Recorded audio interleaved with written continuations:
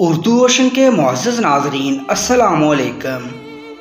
کل ہر حال میں وقت پر پارک آ جانا، وہاں سے تم کو شاپنگ پر لے جاؤں گا اور ویلنٹائن ڈے کا گفٹ تمہاری پسند کا ہوگا۔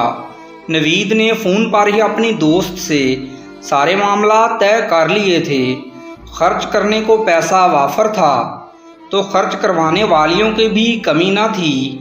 یونیورسٹی کی لڑکیاں اس کے ساتھ چائے پینے کو ترستی تھیں، خود وہ بھی زیادہ دن ایک لڑکی کو ساتھ نہیں رکھتا تھا۔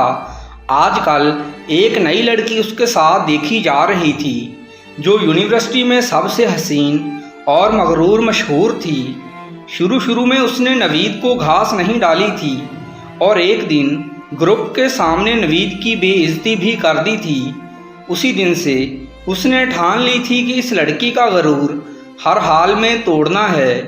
بس پھر اس دن کے بعد سے نوید ہاتھ دھو کر اس کے پیچھے پڑ گیا تھا اور 2 سے 3 ہفتوں بعد ہی وہ لڑکی نوید کے ساتھ ویلنٹائن ڈے منانے کا پروگرام بنا چکی تھی۔ بات صرف گھومنے پھرنے اور شاپنگ تک محدود رہتی تو ٹھیک تھی۔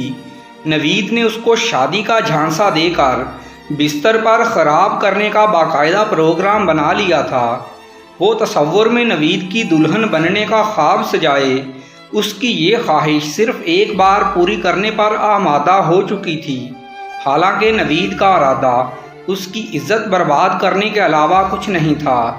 وہ سوچے سمجھے منصوبے کے تحت ویلنٹائن ڈے کو اس کی عزت خراب کر کے اس سے یونیورسٹی میں ہونے والی بے عزتی کا بدلہ لینا چاہتا تھا، اور کل اس کا یہ خواب پورا ہونے جا رہا تھا۔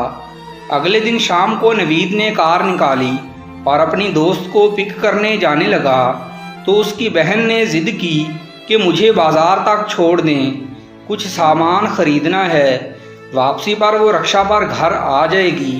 نوید نے اس کو گاڑی میں بٹھایا اور بازار چھوڑ کر خود سیدھا پارک کے مین گیٹ پر پہنچ گیا جہاں پر اس کی دوست انتظار میں کھڑی تھی۔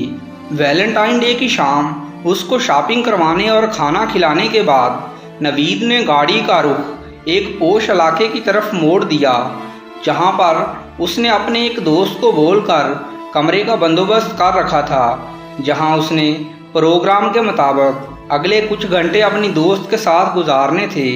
وہاں سے جب دونوں واپسی کے لیے نکلے تو رات کے 8 بج رہے تھے۔ نوید فتح کے نشے میں سرشار گاڑی چلا رہا تھا۔ اس نے اپنی بے عزتی کا بدلہ اس کی عزت خراب کر کے لے لیا تھا۔ وہ خود کو دنیا کا خوش قسمت انسان سمجھ رہا تھا۔ اچانک اس کی گاڑی کچھ آواز پیدا کر کے بند ہو گئی۔ نوید گاڑی سے نکل کر بونٹ اٹھا کر خرابی دیکھنے لگا تو اس کے قریب سے باتیں کرتا ایک جوڑا گزرا جنہوں نے ایک دوسرے کا ہاتھ پکڑ رکھا تھا اور لڑکی لڑکے سے کہہ رہی تھی کہ دیکھو فرحان، آج تو میں نے تمہاری ضد پوری کر دی، لیکن اگلی بار یہ کام شادی کی رات ہی کروں گی۔ سامنے سے آتی ایک کار کی تیز روشنی لڑکی کے منہ پر پڑی تو نوید کا سر چکرا گیا۔ وہ لڑکی اس کی اپنی بہن تھی جس کو وہ شاپنگ کے لیے بازار چھوڑ کر آیا تھا۔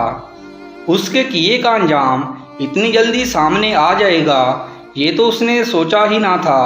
ویلنٹائن ڈے منانے والا صرف وہی نہیں تھا بلکہ اس کی بہن بھی بھرپور طریقے سے ویلنٹائن ڈے منا کر گھر واپس جا رہی تھی۔